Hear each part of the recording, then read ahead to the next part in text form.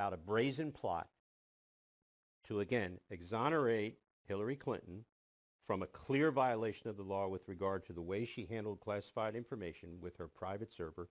Absolutely a crime, absolutely a felony. It's about finding out why, as the Inspector General is doing at the Department of Justice, why Comey and the senior DOJ officials conducted a fake criminal investigation of Hillary Clinton, followed none of the regular rules, gave her every break in the book, immunized all kinds of people, allowed the destruction of evidence, no grand jury, no subpoenas, no search warrant. That's not an investigation. That's a Potemkin village. It's a farce, and everybody knew it was a farce. The problem was she didn't win. And because she didn't win, the farce became a very serious opera. It wasn't a comic opera anymore. It was a tragic opera, and she was going to be the focus. What this is about a lavabo, a cleansing of the FBI and the upper echelons of the Department of Justice. We're going to discover that the Attorney General, Loretta Lynch, her deputy, Sally Yates, the head of the National Security Division, John Carlin, Bruce Orr, and other senior DOJ officials and, regrettably, line attorneys, people who were senior career civil servants, violated the law, perhaps committed crimes, and covered up crimes by a presidential candidate. But more than that, they tried to frame an incoming president with a false Russian conspiracy that never existed, and they knew it, and they plotted to ruin him as a candidate and then destroy him as a president. That's why this is important. That's why connecting the dots is important, because the FBI now has to be completely reconstructed from the ground up. The men and women at the Bureau are great people. That's not who we're talking about. We never have been. We are talking about people like James Comey, McCabe, Strzok, Page, Baker, Prystep, who was a name nobody knows. He's the head of the counterintelligence division, and he was the one who was involved in planning this entire crazy thing involving Fusion GPS, the false dossier, and creating evidence. This is what people have to understand. What the Bureau did was, by working with Fusion GPS and giving contractors access to highly classified information which they had no legal right to see, they needed to create something they could give to the court, the Foreign Intelligence Court, so that they could get wiretaps and surveillance taps and email taps and phone taps on the Trump people, so that if there was anything, they could find it out. Of course, there was nothing. There never was anything. And they created false facts so that they could get surveillance warrants. Those are all crimes. Every single one of those acts constitutes a crime because it was done not for a legitimate law enforcement reason, not for national security reasons, but to create a false case against a candidate, Donald Trump, a president-elect, Donald Trump, and a president, Donald Trump. The FISA court opinion of April 27th of 2017 outlines a series of illegal disclosures to contractors. It is believed that among those contractors were Fusion GPS and CrowdStrike. CrowdStrike is the company that was used to bleach Hillary's computer. CrowdStrike, if what is being reported is true, and I've seen two reports about CrowdStrike being among the private contractors that were given access to raw 702 incidental collection of American citizens under FISA warrants. If that is true, they have committed crimes. The Bureau who gave them information committed crimes. There is huge civil liability for CrowdStrike and for the FBI officials. And right now, there's at least 2 lawsuits pending against Mr. Steele, the former MI6 agent who wrote the Steele dossier at the payment of Fusion GPS. Fusion GPS has been sued. I expect if these facts come out from the FISA court showing that these contractors got this information, they will all be sued. Now, they may declare bankruptcy and not be able to pay, but the people don't realize that this is already on the public record, that these things happen. The question which has been blanked out from this opinion is, you can see, this is all dark, all through the opinion. What they've done is they've blanked out the names of the contractors and the names of the FBI and DOJ officials who broke the law.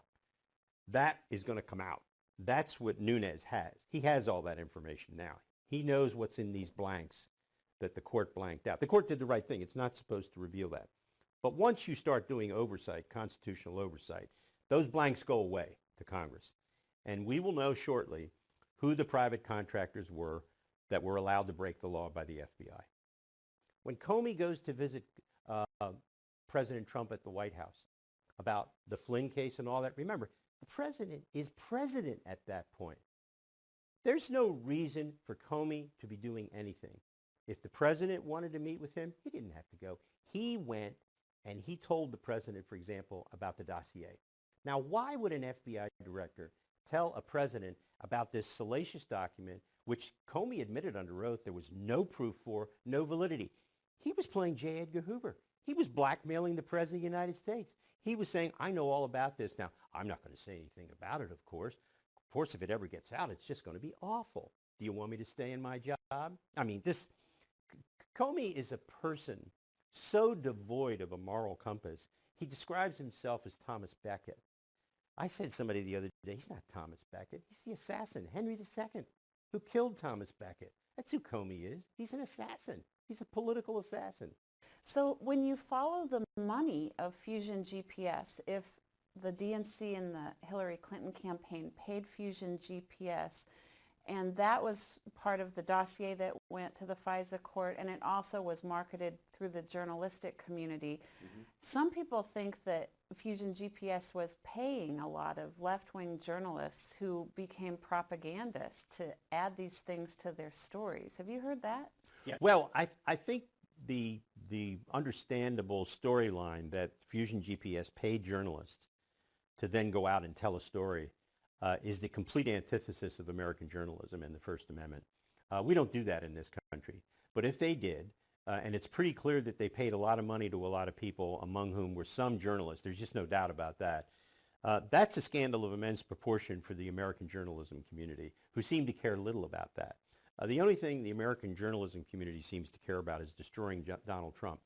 It's fascinating to me that the people who cared so deeply about governmental institutions in Watergate could care less about them now because it's another Republican who's being destroyed.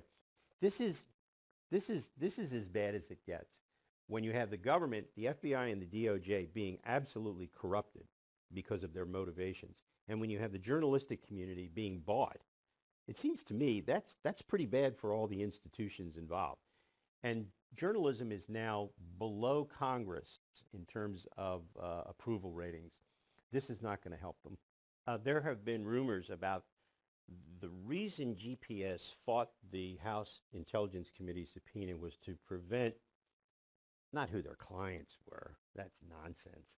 They were protecting the people that they paid. And it's pretty obvious that Fusion GPS, they can pay anybody they want for information. They're not a government agency. They're not buying. If they want to pay for information and they think it's truthful or not truthful, but they want it, they can do that. It's clear that the reason they tried to protect, and they went to court to try and stop the House subpoena, but they lost in front of Judge Richard Leon, was to protect to whom they were paying money to get information. I have read reports, I don't know whether they're true or not, that they paid a number of journalists to spread information about the dossier. It's not going to be long, though, because the House now has all of those records. They've been reviewed. And Devin Nunes, the chairman of the House Intelligence Committee, has now and will start next week briefing individual members of the House in closed sessions about what they've discovered. And I'm sure that what will leak out is who Fusion GPS paid. Fusion GPS, by the way, is really a joke. They wrote an op-ed piece in the New York Times about a week ago criticizing the House committee and saying release all the transcripts and everything. Of course, everything that was released was blanked out because it had information that they wanted protected. I think that what's quite clear is that they were a private intelligence service They sold their services to the highest bidder. That was the Clinton campaign and the Democratic National Committee, and eventually the FBI, which used them and bootstrapped their information into FISA applications.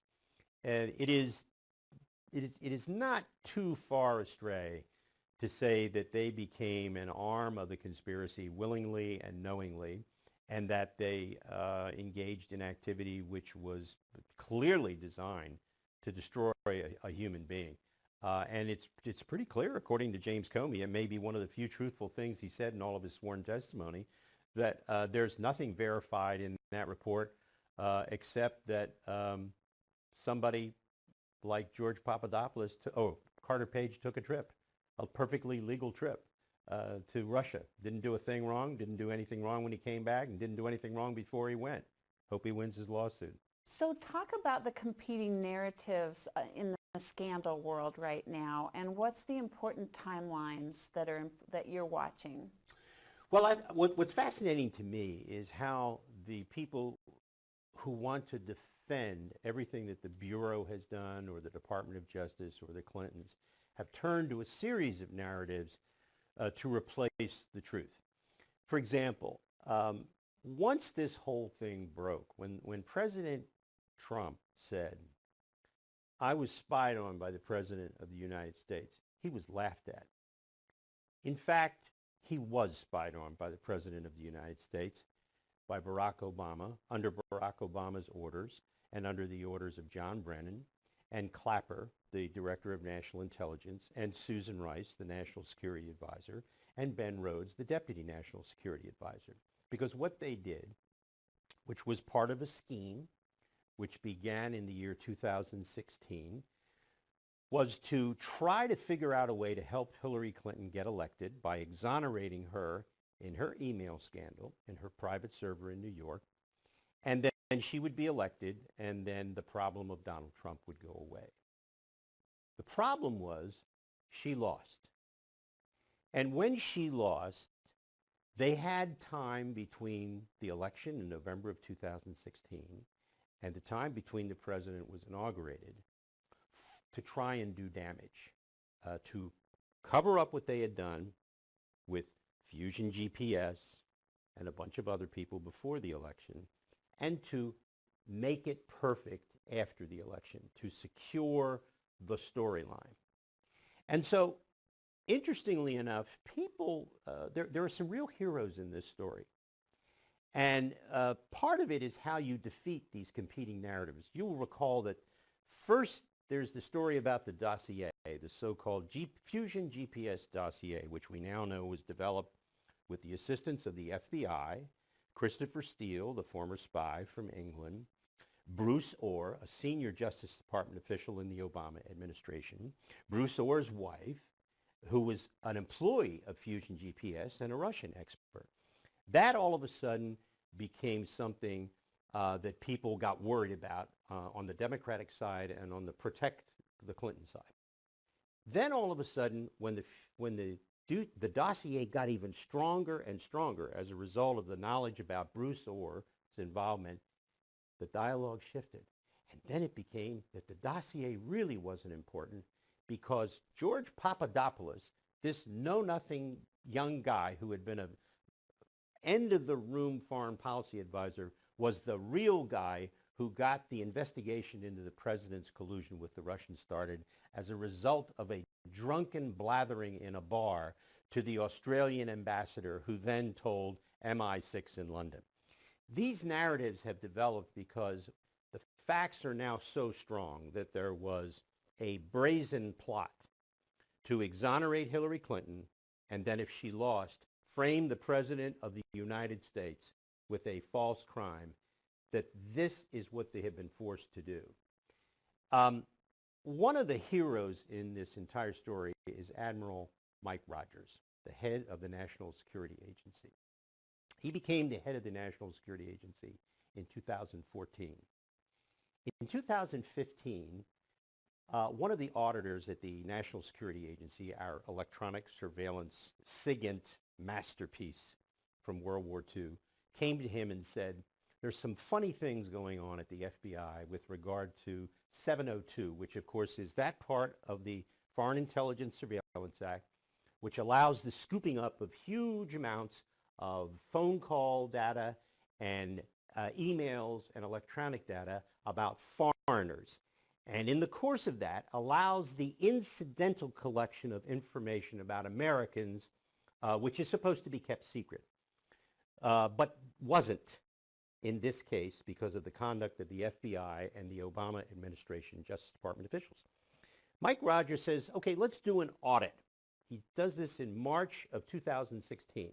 This is way in advance of the election.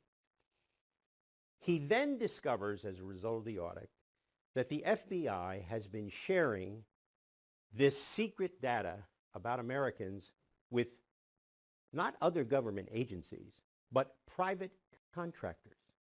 Some of those contractors apparently work for the Democratic National Committee.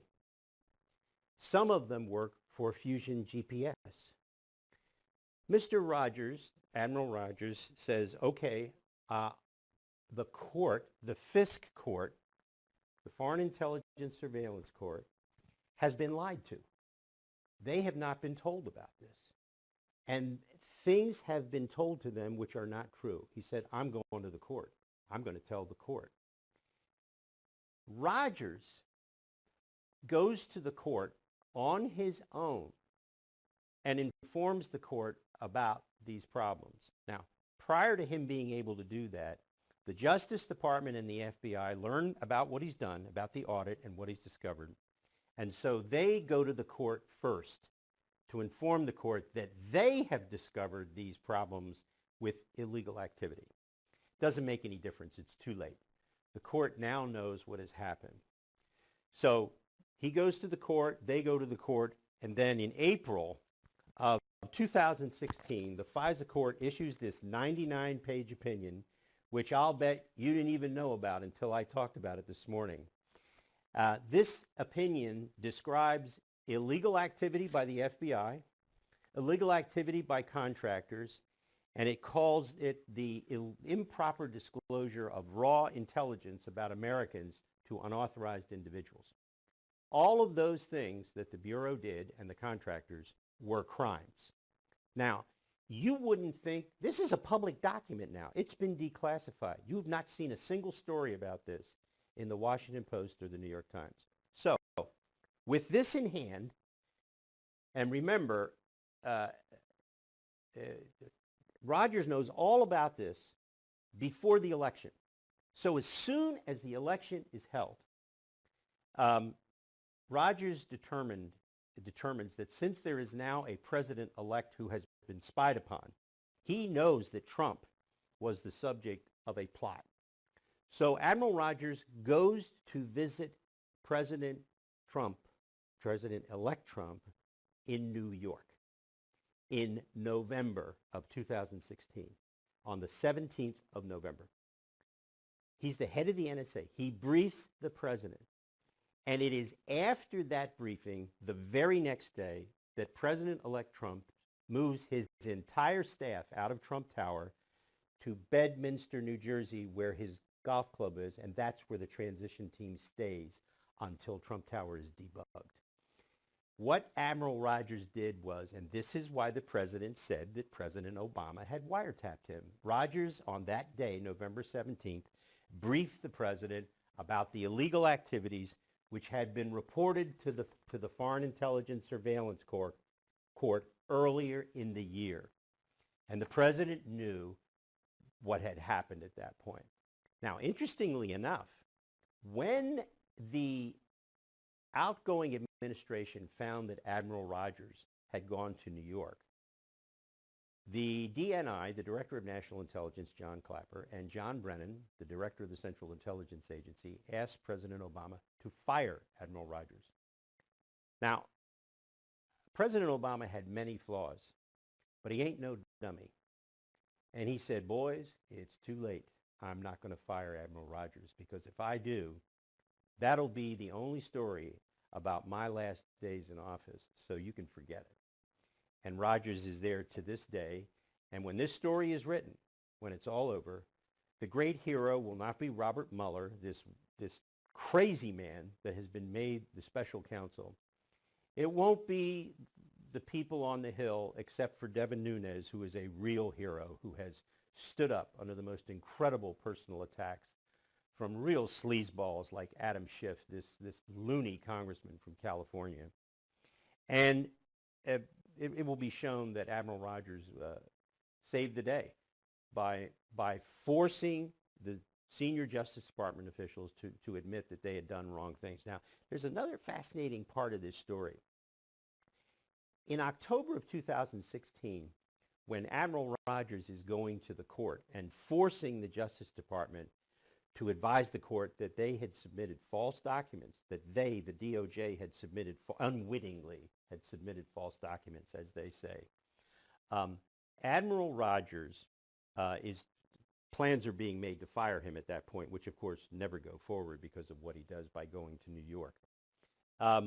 All of this has come to a head at that point, and the court is now learning for the first time about this unbelievable activity. For the first time in the history of the FISA court, it has been lied to, and according to the court, systematically and ongoing violations of the law. This is stunning stuff, and it's all because of Admiral Rogers. And that's where we are today. We are now at the point where Nunes has discovered this. He discovered it back in March when he went to the White House, and all of these documents were turned over to him by the incoming National Security Council staff. And so now we'll watch it play out. By the way, in October of 2016, the Assistant Attorney General in charge of the National Security Division at Justice for the Obama administration, and the person who was responsible for signing the pleadings that went to the court, was a fellow named John Carlin. Once this material was submitted to the court in October of 2016, revealing the violations of the law, Carlin resigned and has not been heard from since. No one could figure out why Carlin resigned. And I don't know why he resigned. There was plenty of time left in the administration. He just left. Now, it may have been that you resigned because you don't want to be questioned by the Inspector General, who at that point had already begun an investigation of the FBI and the DOJ senior people based on Admiral Rogers' complaints. So that's another story that's going to play out. Where is John Carlin and what is he doing? How do you explain to people, Joe, who think that even if you talk about these things, you're a conspiracy theorist, you're a wacko, you're a crazy, because everyone knows it's the Trump-Russia collusion that we should be talking about? Well, this is the beauty of the false accusation. It goes around the world, and the truth takes a long time to catch up. The Russian collusion was a complete fabrication of the Democratic National Committee, the Clinton campaign, Fusion GPS, senior DOJ and FBI officials to create a way to dirty up Trump as a candidate and then destroy him as a president. There is literally no evidence whatsoever that has ever been produced of any conspiracy. And let me just say something that I find deeply offensive. The appointment of the special counsel was completely unnecessary. There was no need for a special counsel.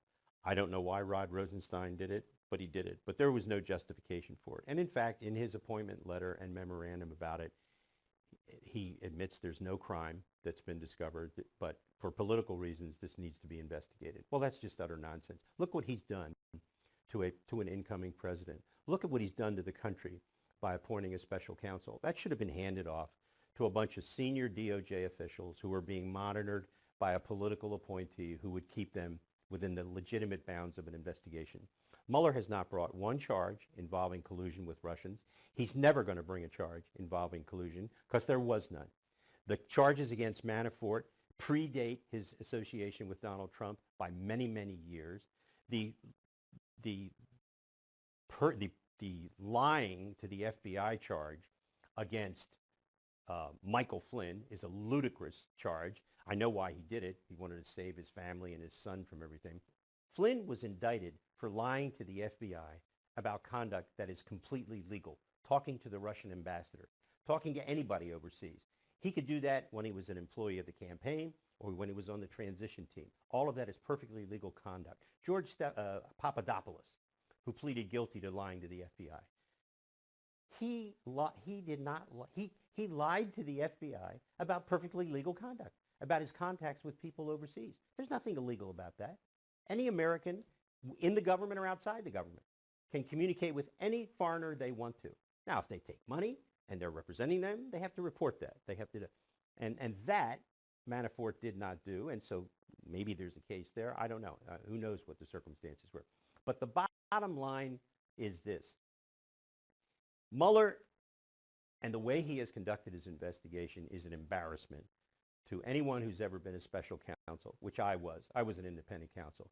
Hiring all of these partisan Democrats to conduct the investigation, he's not naive. But Bob Mueller's been around too long. You can't be that dumb to not realize how horrible it is to have these people. These people are not biased against the president. They have an animus toward the president. There is a distinct difference.